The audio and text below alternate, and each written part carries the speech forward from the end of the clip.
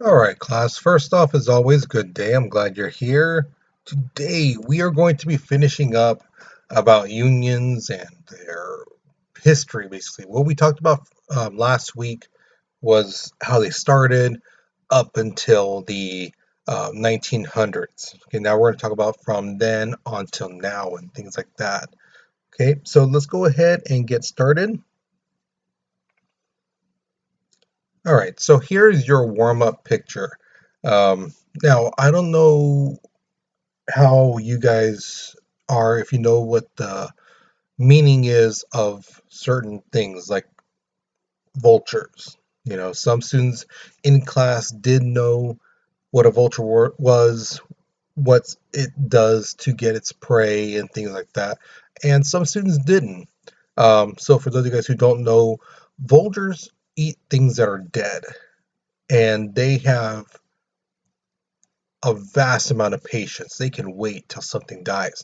And that's typically a sign what they do is out in the desert or wherever they're at, and they know something's going to die. They basically circle around it, flying around. That's how you can tell most times something's dead over there because vultures circle around it, things like that. All right. So there's that thing right there. The second question asks you about the bad omen, the bad luck. So knowing about that with the vulture and where it's sitting on, um, what do you think? You think that's a bad omen? Yes, no, maybe so. Um, and explain why. Okay.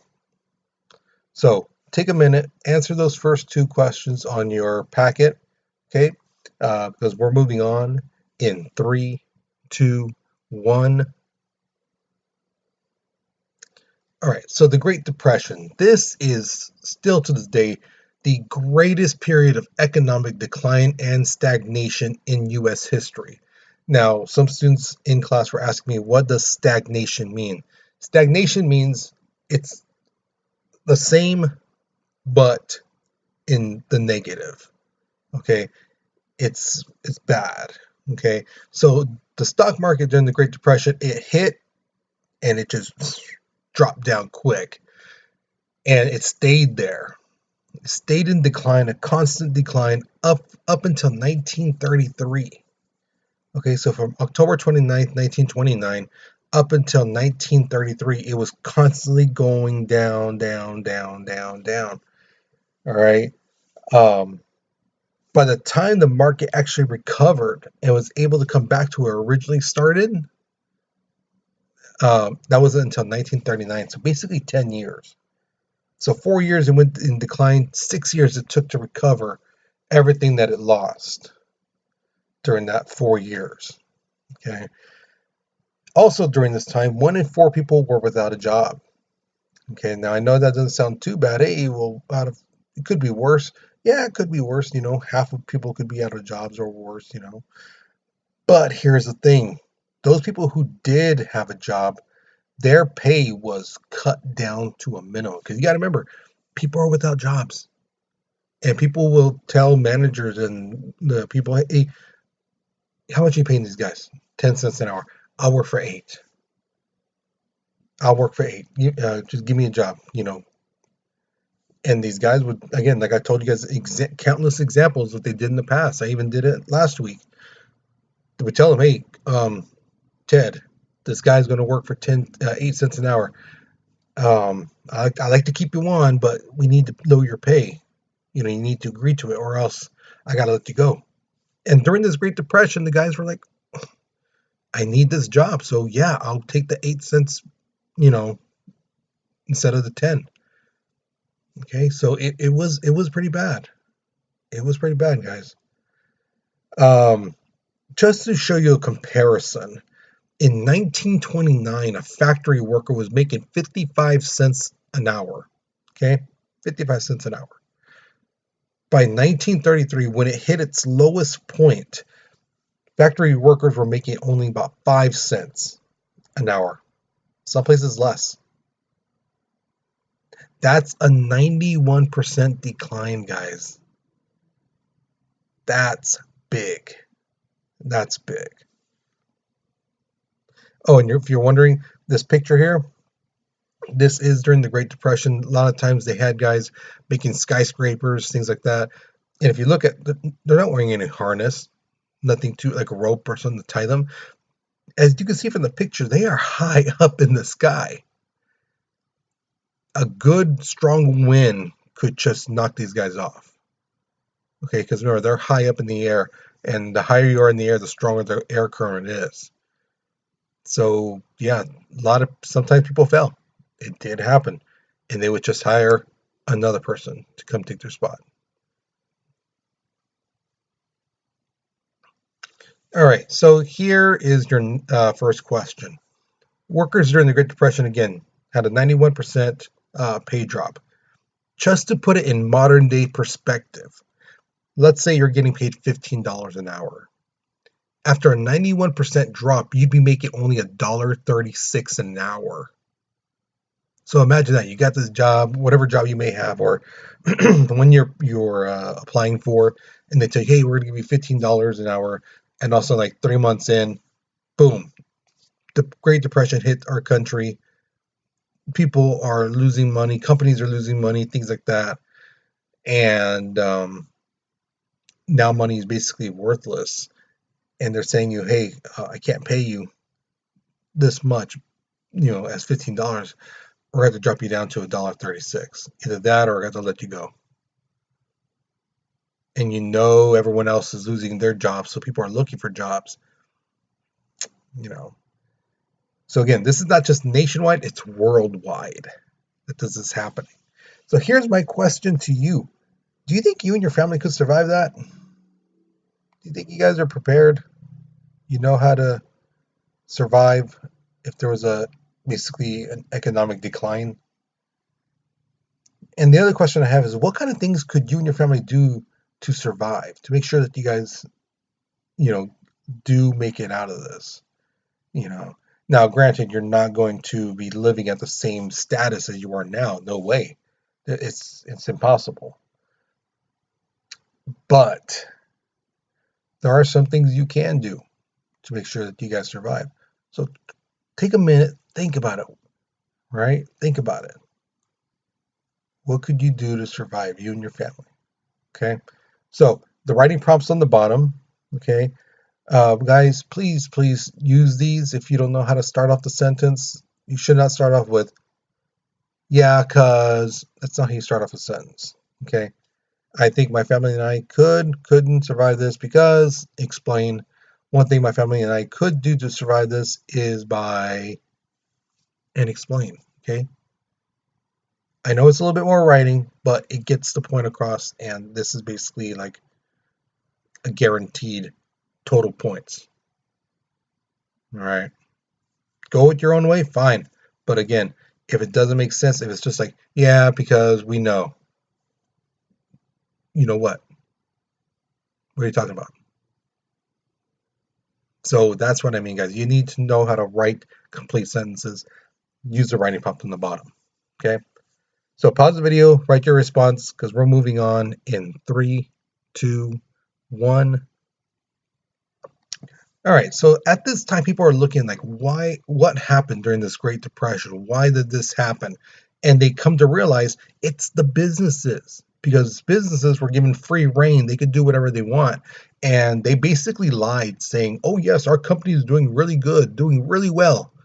In reality, they weren't. So they kind of fudged the numbers, kind of fluffed them up, making it look like, oh, this company is doing amazing. They're doing a terrific job. In reality, they're losing money like crazy. But people are investing money into it. People are told, yo, put your money into the stock market. It's a guarantee. It's a guarantee. You know, and as you guys may or may not know, there is no such thing as a guarantee. When you put your money in the stock market, when you do something like that, it's basically a gamble.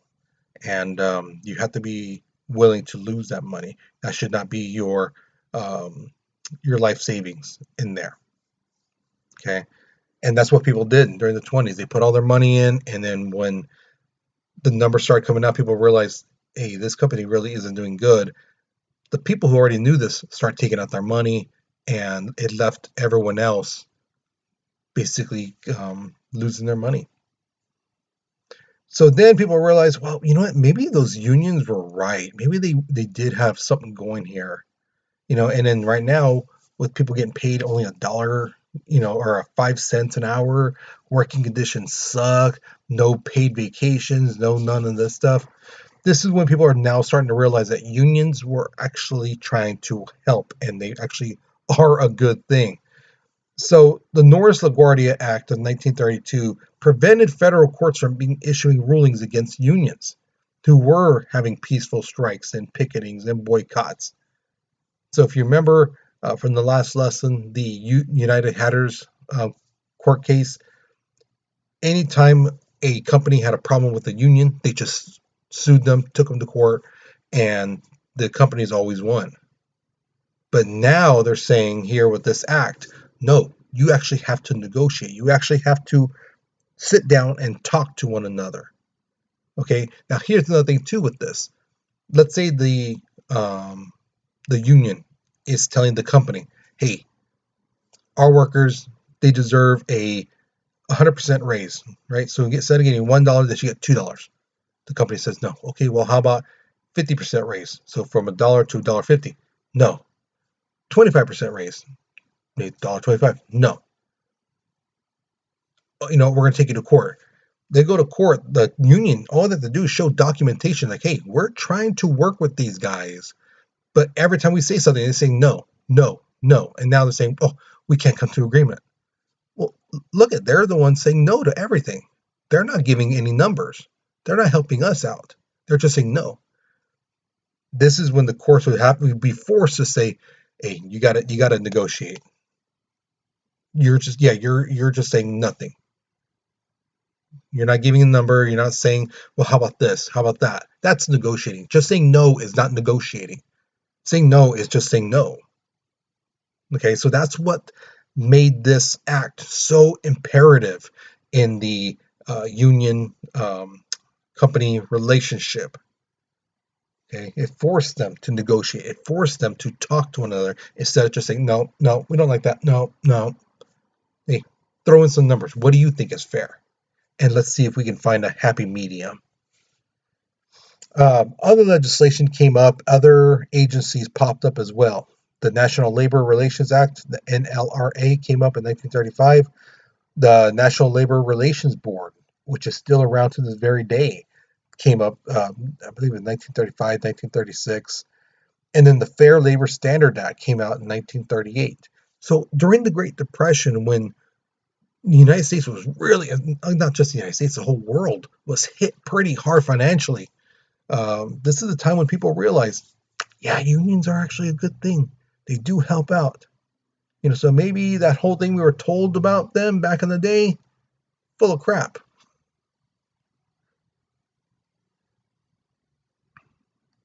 Now, this is one of my favorite questions to ask students, because during the Great Depression, money was basically worthless. Money was like getting, give me a second here. Money was basically like these ads you get in the mail. Usually you just get them, you toss them in the trash and things like that. Money was basically like that. It was worthless. It had no worth. So imagine this. How would Fresno be if money was basically worthless? Right? And more specifically, this is the one I really like. How do you think people would react? I'm sure some people who are always like, oh, I'm hustling, I'm doing this, oh, I got that green, oh, look at me. And they always take pictures of themselves with like stacks of hundreds and 20s and things like that, thinking they're big ballers. All they care about is making money, and now money is basically worthless. You might as well be picking up trash. That might have more worth at least. So, how do you think people would react to that if money was worthless? All right. So again, the writing prompts are on the bottom. If money was worthless, I think Fresno would be like blah blah blah. I think it would look like la la la. I think it would become la la la la. What do you think? And then the second part, I also think the people of Fresno will react by, tell me what you think. Tell me what you really think. Again, from your perspective, from what you've seen in your life, how people are, things like that, in your neighborhood, on your way to school, on your way to wherever you're going, places like the mall, get something to eat, doghouse or whatever. You've seen people, you know how people react to things. Tell me what you believe if money was now worthless. Okay?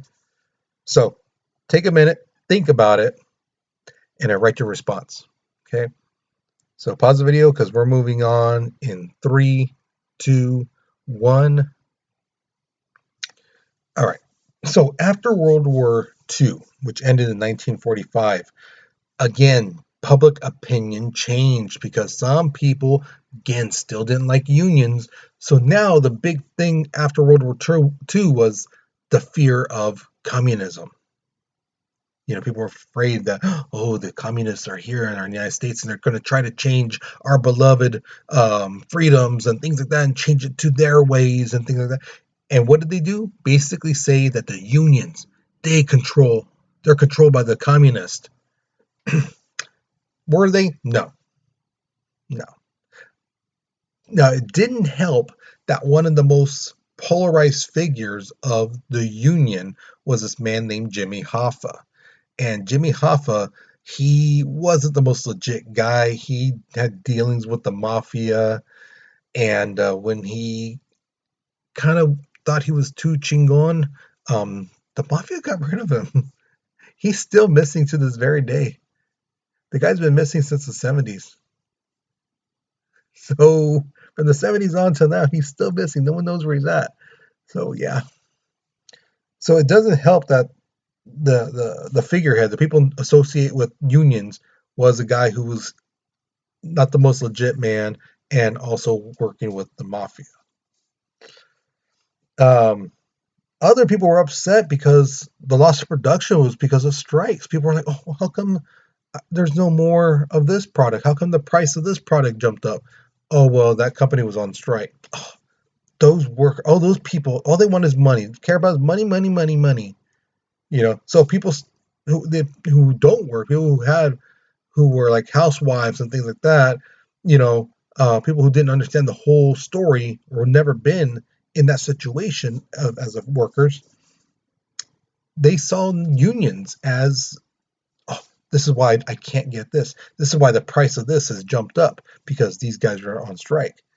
In 1946, there were 116 million workdays shortages due to strikes and stuff like that.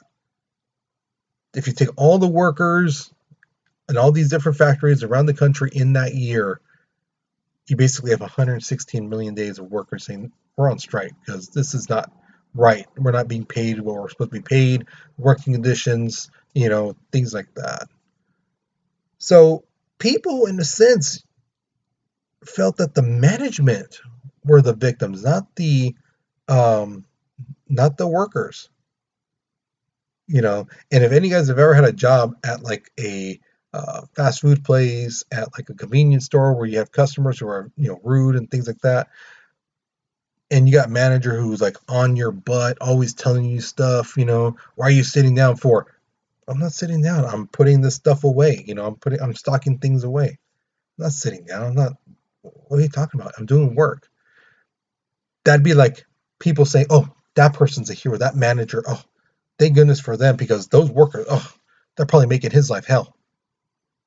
No, I'm working. I'm doing my job. You know. So then the Labor Management Relations Act put a limit on what unions can do in labor management disputes. It basically tied the union one hand behind their back. Okay, it kind of stifled them during negotiations and things like that. Now employers had the right to sue unions for making union memberships a condition to being hired. So now the unions could no longer say, "Hey, in order to work at this job, you have to join the union, because we are unionized." Now they couldn't do that. All right, the right to work law, it's a state law making it illegal to force workers to join a union as a condition of employment.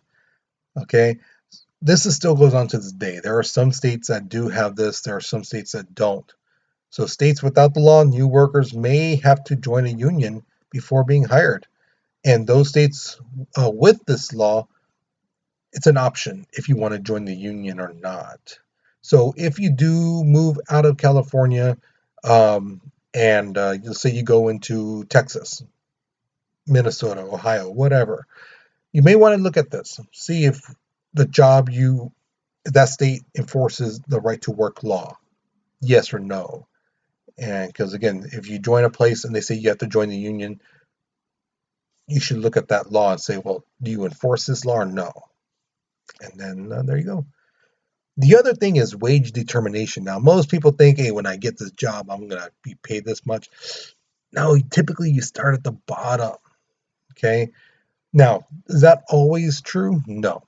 Rates usually differ from one job to another based on several things, several factors. Okay. So, an example would be for, like, a great example is teachers. Okay. So, like myself, I was a substitute teacher for 10 years, a maternity sub, a long term sub. I had experience writing lesson plans. I have experience creating lessons on my own, things like that. So when I started teaching, I came basically new. I've never was a teacher before. I was a sub, long term sub. They didn't take those years into consideration. Now, let's say somebody like, if you remember from last year and the years before, Mr. Silva. Mr. Silva, excuse me, Mr. Silva taught before. He taught at another school for several years and another one after that. Then he came to our current school. The other thing is, I'm a history teacher. History teachers, you could throw a rock and hit four of us. We're everywhere. Okay. So our subject, excuse me, is kind of down in the ranking of most important subjects. Mr. Silva is a science and math teacher. So he is up at the very top. So his pay is much more higher than mine is, or was, I should say, because of again his experience, his subject, things like that. So, so if a teacher has a master's, a doctorate, that changes pay as well, and it goes along with your other jobs too. Some jobs, if you have your bachelor's, you're automatically at the level of management. You get that pay. So that's why we tell you, hey, you should really go to college, get your associate's degree, get some type of degree, because you'll get paid more. And it's true, you do get paid more off your education level, but also as your experience as well. Okay. All right. So just a little quick thing. I just throwing it out there.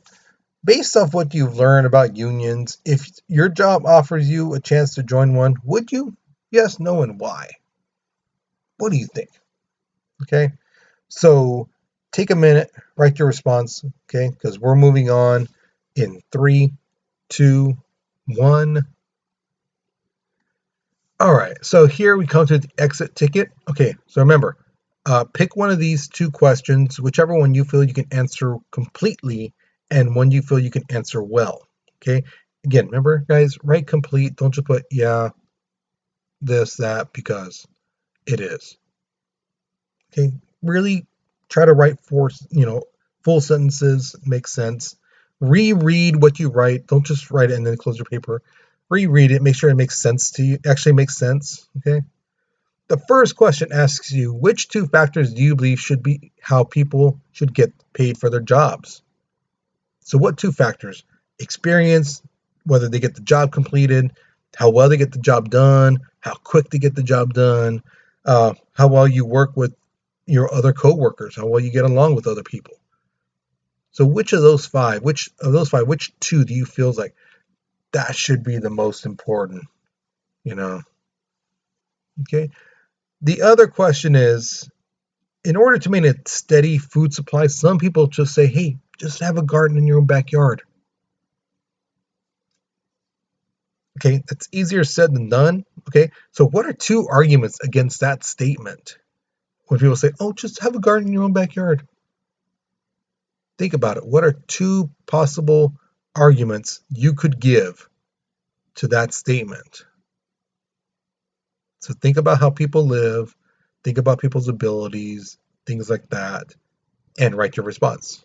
Okay?